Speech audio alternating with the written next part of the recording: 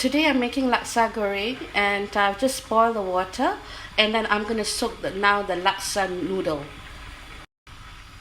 Just soak it for a while and put a bit of oil, and then that's good to go. For a while, maybe about 5 minutes, you see whether the texture of the noodle is okay or not for you to actually rinse it. So for the laksa goreng paste, what I use is actually this brand. The paste actually tastes really good, and you can only get it at NTUC. So actually for 2 kg of laksa noodle, I usually will use like 2 packet of it, but I decided to use 3 because I want the texture to be more rich. But you can actually use 2 packet for 2 kg laksa noodle. But that's not all. For the paste to fry them as a paste for the laksa goreng, I'm going to blend a bit onion and this amount of dry chili, so that it will give some spices to the paste when you mix all the ingredients all together. So I'm going to fry the chili till it's cooked.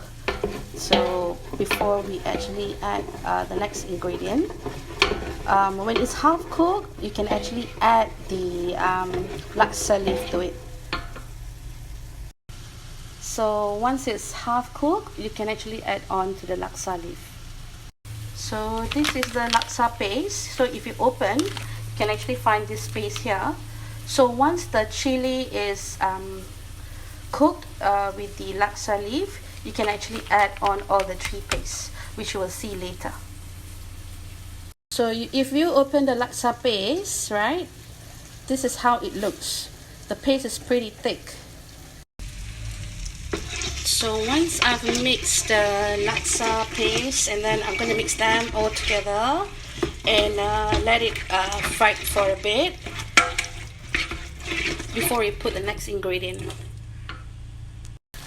And the next step, you're going to put 1 box of this coconut juice to the dishes. So next, you're going to mix the coconut cream or coconut juice, you call it, and then you mix them.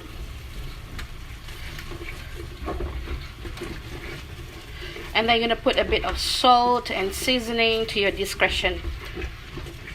So what do I put my other special ingredients in the laksa? I put prawn, and then I've put fish cake, and also quail eggs. Yeah. So next, I'm going to add my prawn in the pot. So I've just added fish cake as well, and I'm going to mix them. So let them fry for a while until it's cooked, and then we can actually add the quail eggs. So once you see the prawn is cooked, you can actually add the quail eggs. So this is the quail eggs, which I'm going to pour them. And once you see this, mix the eggs slowly with the rest of the mixture. So when you put the noodle later, you just need to mix it slowly, just in case, you don't really break the egg. So once the egg is all mixed, and then you can put the fire a bit low, the lowest you can be, and then you can add the noodle. Or you can actually off the fire first, add the noodle, and then you can put on the fire on small fire, what I mean. Okay, I've just poured my laksa, which I'm going to toss that around and mix them everything. So this is 2 kilo of laksa. Alright, so once I've mixed it, I'll show you the aftermath. So this is basically the laksa that I have mixed, and then you need to continue mix it so that it's evenly, and I'll show you the ready result shortly. Right, this is actually the results of the laksa goreng. It is not too dry as I use more paste. So this is something that I have done for my sister. So I put a bit of laksa leaf to give that fragrance.